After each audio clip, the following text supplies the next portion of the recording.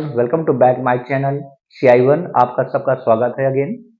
Guys, पिछले first video मैंने आपको बहुत ही इंपॉर्टेंट चीज बताई थी।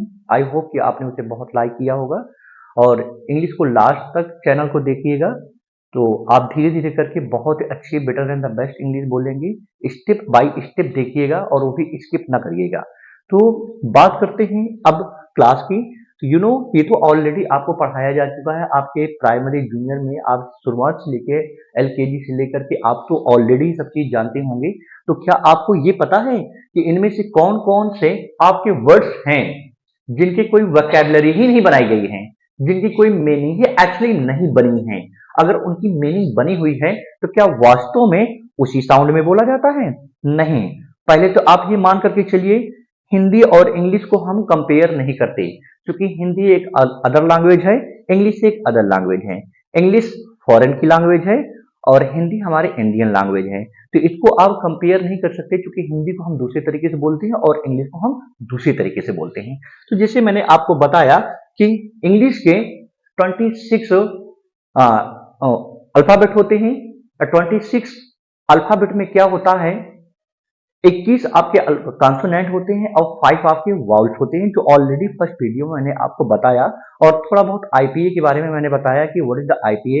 IPA क्या होता है, 47 आपके साउंड होते हैं जो अंग्रेजों ने बनाया और 47 साउंड से वो इंग्लिश बोलते थे। तो वही 47 साउंड मैं आपको बाद में बताऊंगा। अभी बिल्कुल बेसिक चीजें हैं, जो बेसिक को आप थोड़ा सा फोकस करेंगे तो देखेंगे वर्ड माला क्या होता है। 36 अक्षर लेटर्स को वो भी हिंदी के हम वर्ड माला के नाम से जानते हैं। तो कुछ वर्ड्स ऐसे हैं जैसे कि मैंने आपको बताया, उसकी कोई वोकैबुलरी ही नहीं है, उसकी कोई मीनिंग ही नहीं, उसकी कोई डिक्शनरी नहीं है। अगर कुछ वर्ड्स हैं तो क्या वास्तव में उसको उस साउंड से बोलते हैं? नहीं, उस साउंड से नहीं बोलते हैं। तो पहले मैं आपको बता दूं, अगर आप किसी का भी नाम लिखना चाहते हैं, कोई भी डिफिकल्ट नेम क्यों ना हो, so by this channel, by this video you will be able to write difficult names. आप कोई भी डिफिकल्ट नेम्स लिख सकते हैं। कोई भी वर्ड ले लीजिए, छोटे मोटे वर्ड लिखिए। जैसे आपको लिखना है भारत। अब आपको भारत लिखना है तो बहुत ही सिंपल है, आपके अल्फाबेट और वॉल्ड से हेल्प से आप जोड़ करके इनका कोई भी वर्ड बना सकते हैं। तो आप देखेंगे भा की सबसे पहले क्या होती है, BH। तो आप यहाँ पे BH कर दीजिए। अब बड़ा की मात्रा है तो बड़ा की मात्रा आप डबल ए भी लगा सकते हैं, लेकिन डबल ए हमारा नहीं चलता है, ये मान करके चलिएगा भारा। उसके बाद रा है। रा की क्या होती है, ऑलरेडी यू नो, रा की होती है आर, जो ऑलरेडी लिखा गया है, भारत। उसके बाद बड़ा की मात्रा नहीं है, छोटी की मात्रा लगाएंगे, भारत। ये आपका भारत हो गया। फिर जैसे आपको लिखना है विजय, तो सबसे पहले क्या देखेंगे हम, वी। अब यहां पर छोटी की मात्रा है, क्या लगाएंगे, आई। विजय, आई। उस विजय। जब छोटे वर्ड के बाद कोई भी मात्रा ना हो, छोटा आ, उसमें हम ए लगा देते हैं, तो क्या हो जाएगा, विजय। और या की क्या होती है, वाई। तो क्या हो गया आपका विजय। अब बात करते हैं कुछ और वर्ड। जैसे आपको लिखना है अभिलाष, तो सबसे पहले आप ध्यान दीजिए, आगे क्या होती है, ए। भा की क्या होती है, ऑलरेडी आपको पता है ये चीज। भा की होती है आपकी BH। अब छोटी की मात्रा इसमें लगी है, छोटी की मात्रा आपकी कौन सी है, आई। अभी फिर देखें क्या है, ला। ला की क्या होती है, एल। अभी किस चीज में बड़ा की मात्रा क्या है, ला। उसके बाद सा की अंग्रेजी क्या होती है, एसेट। क्या हो गया, अभिलाष। तो आई थिंक आपने इसे शानदार ढंग से समझा होगा। कोई भी हिंदी में को आपको इंग्लिश में अगर कन्वर्ट करना है तो वाउल और कॉन्सोनेंट की मदद से आप किसी का भी नाम अच्छी तरीके से लिख सकते हैं। अब जैसे कि मैंने आपको स्टार्टिंग में बताया कि बहुत से ऐसे इसमें वर्ड हैं जिसकी कोई मीनिंग ही नहीं बनाई गई है। बहुत से ऐसे कॉन्सोनेंट्स हैं, इसकी कोई मीनिंग डिक्शनरी में नहीं बनाई गई है। कौन कौन से मैं आपको बता दूं, जैसे आपका खा। गाइस, खा की कोई वोकैबुलरी नहीं बनी है। एक बात करते हैं घा। घा की कुछ वोकैब्स हैं, लेकिन क्या घा को हम घा ही बोलते हैं? नहीं, घा का साउंड ना निकाल करके बल्कि क्या देखते हैं, जैसे एक वर्ड है GHOST, इसे क्या पढ़ेंगे? घोस्ट। घोस्ट नहीं होगा बल्कि ये क्या हो जाएगा? गोस्ट। फिर बात करते हैं GHOSTLY। अब वही चीज है, GH को घा तो पढ़ेंगे नहीं, क्या पढ़ेंगे? गा। तो क्या हो जाएगा? गोस्टली। गोस्टली कॉल भयानक। फिर बात करते हैं GHERKIN, क्या है? खॉर्गिंग या गॉगिंग।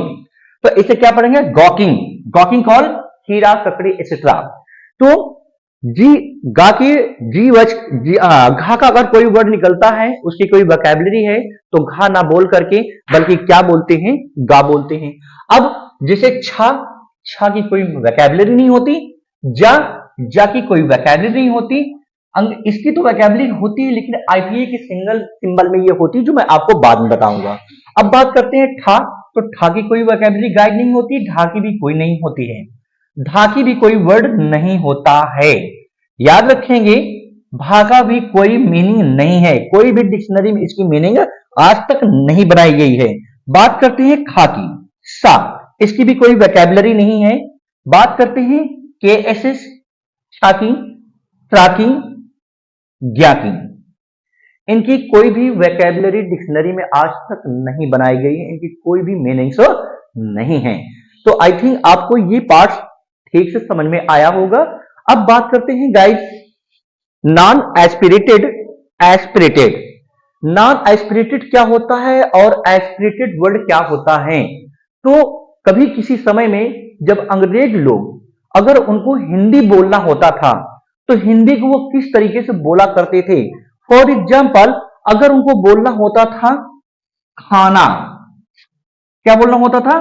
खाना, तो वो खा नहीं बोलते थे बल्कि नॉन एस्पिरेटेड वर्ड का इस्तेमाल बोला करते थे और बोला करते थे काना। अजीब लगता है लेकिन यही यूनिवर्सल ट्रूथ है, जिसे हम नॉन एस्पिरेटेड और एस्पिरेटेड वर्ड के नाम से जानते हैं। अब बात करते हैं, अगर अंग्रेजों को छा की वर्ड से कोई भी वर्ड बोलना होता था, जैसे अगर छाता, अगर उनको छाता बोलना है तो छाता नहीं बोल पाते थे, छाता नहीं बोलते थे, बल्कि नॉन एस्पिरेटेड वर्ड का कौन सा वर्ड बोला करते थे? बोलते थे चाता। चाता बोलते थे, ना कि छाता। आगे की बात करते हैं, ये तो मैंने आपको ऑलरेडी बता दिया है कि GH घा का वर्ड गा बोलते थे। अब बात करते हैं ठा, अगर ठा का कोई भी हिंदी होता था तो ठा नहीं बोलते थे बल्कि क्या बोलते थे? टा। फिर बात करते हैं डी अर्थात डा। डा में अगर ढा का कोई भी वर्ड है तो ढा ना बोल करके बल्कि क्या बोलते थे? ढा। जैसे ढक्कन, तो क्या बोलते थे? डक्कन। अंग्रेजी में वर्ड क्या हुआ करता था? डक्कन, ना कि ढक्कन। फिर बात करते हैं धा, जैसे मतलब उनको बोलना था धर्म, धर्म, तो वो धर्म ना बोल करके बल्कि नॉन एस्पिरेटेड का वर्ड कौन से बोला करते थे? दा। यानी धा को क्या बोलते थे? धर्म, ना कि धर्म। इसी तरीके से मान लो उनको भा का कोई वर्ड बोलना होता था, तो भा का वो वर्ड ना बोल करके बल्कि क्या बोला करते थे? बा बोला करते थे। एग्जाम्पल के तौर पे जैसे भारत, अब पहला वर्ड भा है, भा हमारा क्या है? एस्पिरेटेड वर्ड है, लेकिन वो भा नहीं बोलते थे बल्कि नॉन एस्पिरेटेड का वर्ड बा बोला करते थे, तो क्या बोलते थे? भारत। ऐसे ही वर्ड झा का भी आप देख लीजिए, जैसे झा का कोई वर्ड उनको बोलना होता था तो वो झा नहीं बोलते थे बल्कि जा बोला करते थे। तो आई थिंक ये भी आपके अच्छी तरीके से समझ में आया होगा गाइजो। नाउ होप कि आपने वीडियो को बड़े अच्छे ढंग से एंजॉय किया होगा। मिलते हैं नेक्स्ट वीडियो के साथ, हो तब तक के लिए have a nice time you all.